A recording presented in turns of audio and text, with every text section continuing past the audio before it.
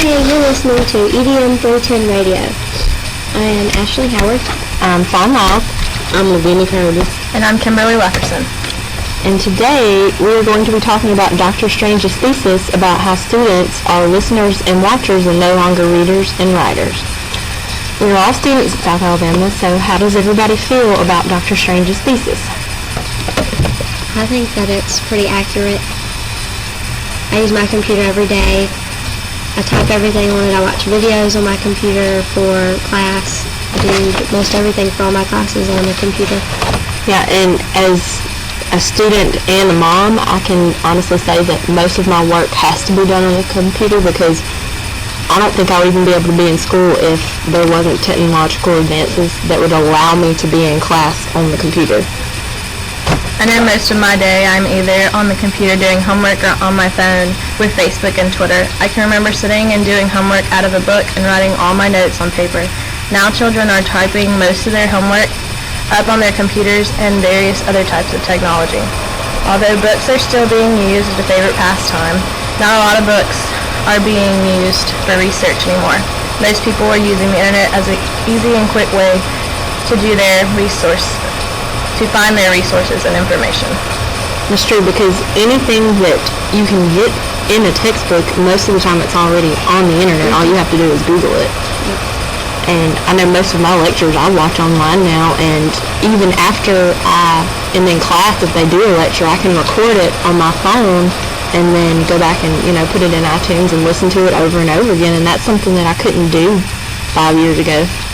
I find that most teachers now at South are lecturing in the classroom, but most of their lectures are on PowerPoint or Google Docs or something, and we don't even write notes anymore. We have to bring our computers to class. Yeah, that's true. To take notes from the teacher. So I definitely use technology almost every day. Also, being a student and a mom, I find myself downloading movies and videos for my son to watch while he's playing in his playpen or whatever. I know, it starts me thinking about my son will be starting school in 5 years, and if this is how it's like now and he's not even a year old, I'm wondering what his typical day as a student will be like, in kindergarten, 5 years from now. I mean, are they even going to have books? I don't think they will. Everybody's going to have their own iPad. 5-year-olds are going to be texting in class. They already are. Yeah. Okay. Well, I guess we will go ahead and welcome Dr. Strange into the building. Dr. Strange.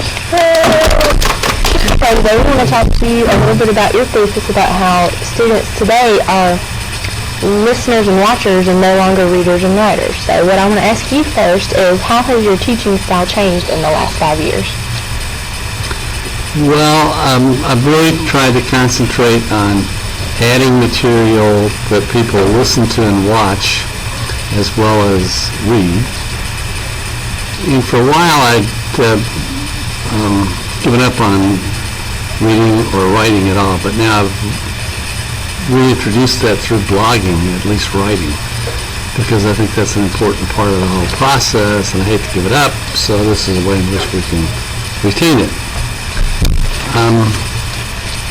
But I also am trying to convert people from just being consumers of video and audio into producers, because if you produce, you're contributing to the conversation, and you're also not just a couch potato, but you're a participant in the process.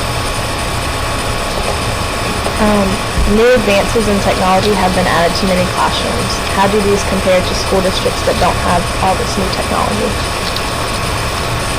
Well, there are two things. One, some school districts don't have a lot of the new technology. Number two, some of them that do don't know how to use it. So there are two issues there. And just buying technology doesn't necessarily solve any problem that we ought to be dealing with.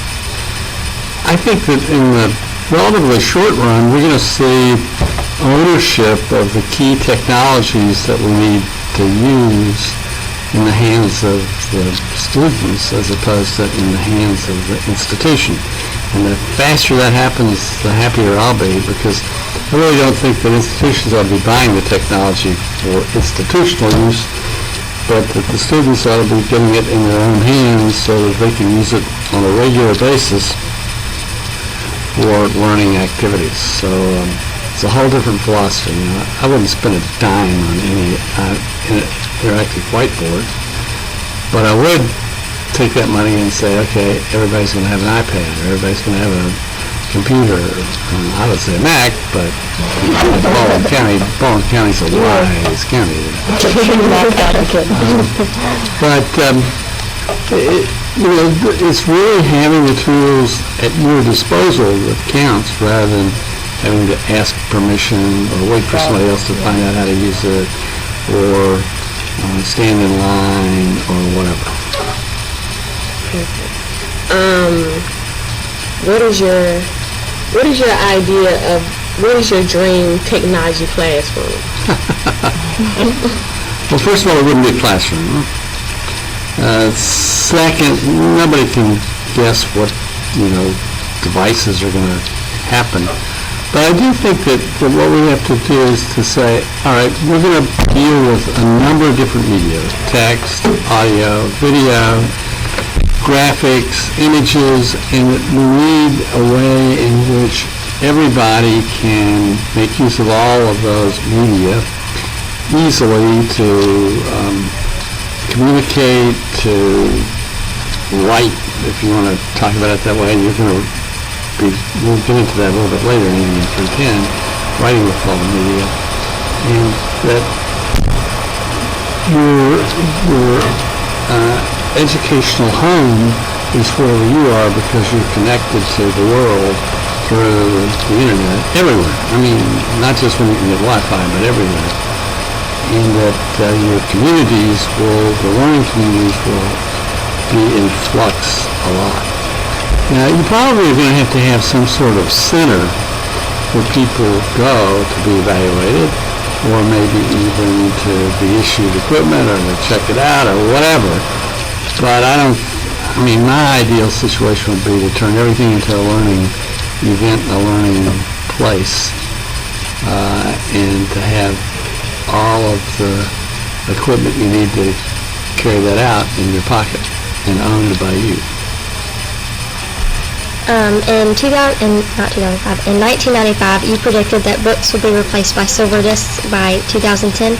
Do you have any other future predictions? Well, I was really wrong. It happened faster than that, and silver discs have been replaced now by the cloud. So that shows you how good a predictor I was. It's really fascinating. When I wrote that, this was just at the time that the internet started, and my son came, and I was trying out my ideas on him, and he said, Dad, he said, you're way behind the time. The internet's going to wipe out all of that before you know it. I said, the internet? What's that? And I didn't quite say it, but I did argue that it would take a lot longer for that to happen than it has. So, we really don't know those things. And 1979, there was a book written called The Gutenberg 2. It was published in Canada, and they made a prediction that all information would be in all places at all times by the year 2000. And they really were just talking about text. They weren't talking about audio or video or still frame pictures or graphics. So that probably was pretty close to being achieved by 2000. But I remember having my daughter, who was in high school at that time, read it, and she said, nonsense. It's going to take a lot longer than that. But I think we're all surprised at how fast these revolutions occur. Okay, and I have one more question for you. Do you think that being a student just in the 21st century and having access to all of this technology and the internet, do you think that if teachers start using those resources in the classroom more so than textbooks, that the burnt-back education might take the back seat? Because I must admit, I am a huge advocate of the no burnt back now that I've had your class, because seriously, I actually am getting involved in learning and not stressing about a test or, what I have to memorize for the next day. Well, I'm not sure that technology and my position on anti-burnt back education are connected at all, because I've been an advocate of project-based education since when I first started teaching in 1960, actually, that's probably not true. I probably didn't really become a convert until about 66 or 67. But really, I don't think you can learn anything without doing it. You can't learn to read without doing it. You can't learn to write. You can't learn to talk. You can't learn anything without doing it. And therefore, you can't learn to memorize except by memorizing it. But, you don't need to memorize a lot of stuff like maybe we used to. We just have to know how to ask questions. We have to know what information we need. We have to know how to find that information. We have to know how to make a judgment about the quality of the information that we get back. And then we have to start the whole process over again by asking questions. So I don't know that technology itself is going to get us away from burnt-back education.